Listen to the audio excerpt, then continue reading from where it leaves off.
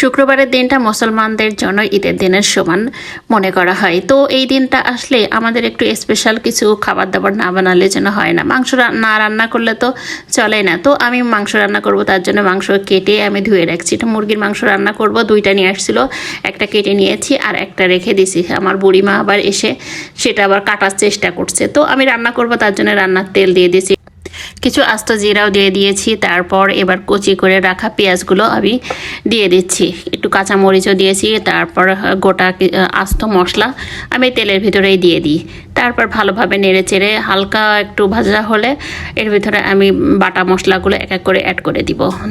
মশলাটা ভালোভাবে কষাতে পারলেই মাংসের স্বাদটা অনেক গুণ বেড়ে যায়। যেহেতু একটু লেয়ার মুরগি, অনেকটা শক্ত, তো এই মুরগি রান্না করব আমি ফার্স্ট টাইম এটা হাঁড়িতেই রান্না করছি, তার জন্য ভালোভাবে আমি মশলা টশলা দিয়ে কষিয়ে নিয়েছি। এটাতে হাড্ডি গুড্ডি অনেক শক্ত থাকে, বেশ অনেকটা সময় লাগে এই মাংসটা রান্না করার জন্য। তো আমি এক এক করে সব কিছুই দিয়ে দিচ্ছি, হলুদ ও দিয়ে দিলাম অ্যাড করে। তারপর আমার ধুয়ে রাখা মুরগির মাংসগুলোকেও এবার দিয়ে দেবো।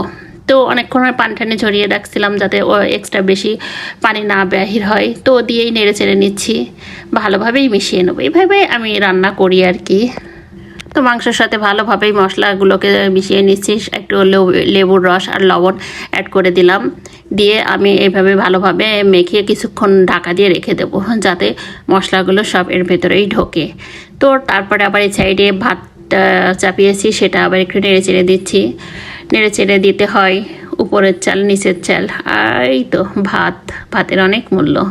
আমরা ছোটোবেলায় দেখেছি এই ভাতের জন্য আমাদের বাড়িতে কত মানুষ কাজ করত, আর এখন এই ভাত আমার নষ্ট করতে ইচ্ছা করে না। সেই ভাত বেশি থাকলেও আমি রেখে দিই, যে পরবর্তী ভাত রান্না করার সময় দিয়ে দিই, কারণ মনে হয় যে এই খাবারটা খেয়েই মানুষ বেঁচে থাকে। ওই কথাগুলো বারবার মনে আসে। তো ভালোভাবে নেড়ে চেড়ে দিয়ে এবার পরিমাণ মতো আমি পানি দিয়ে ঢেকে দিয়ে রাখবো, কারণ এই মাংসটা রান্না হতে অনেক সময় লাগে। আমি অল্প আঁচে ঢেকে রেখে দেবো। তারপর আমার ছেলে আবার বেলের শরবত তৈরি করে দিয়ে এগুলো 1 গ্লাস, মাটির মগের 1 মগ খেয়ে চান ঠান্ডা গরমের দিনে।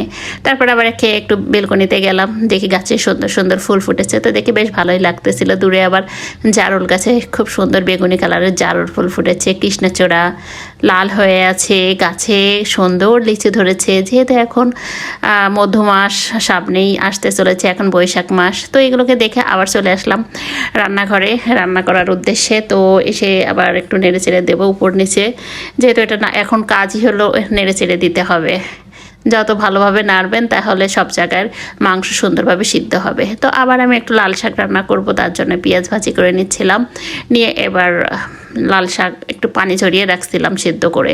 তো তারপর দিয়ে ভালোভাবে নেড়ে চেড়ে নিলেই তো হয়ে যায় শাক রান্না। তো আর তেমন কোনো বিষয় না। আবার চলে আসলাম মাংসের কাছে, দেখি কি অবস্থা। তো দেখেন প্রায় অনেকটা ঝোল বেরিয়েছে, আর পানি যেহেতু একবারে দিয়ে দিয়েছি আর দেবো না, অল্প আছেই রান্না করতেছি। তো আবার আমি একটু চেখে দেখছিলাম লবণ টবণ ঠিক আছে কিনা, মনে হলো অল্প একটু কম, তো একটু মরিচ গুঁড়া একটু লবণ দিয়ে আবার একটু নেড়ে দিয়ে কিছুক্ষণ আবার ঢাকা দিয়ে রেখে দেবো। আবার উপর দিয়ে একটু জিরার গুঁড়া ছিটিয়ে দিচ্ছি। তো প্রায় আমার রান্নাটা হয়ে গেছে।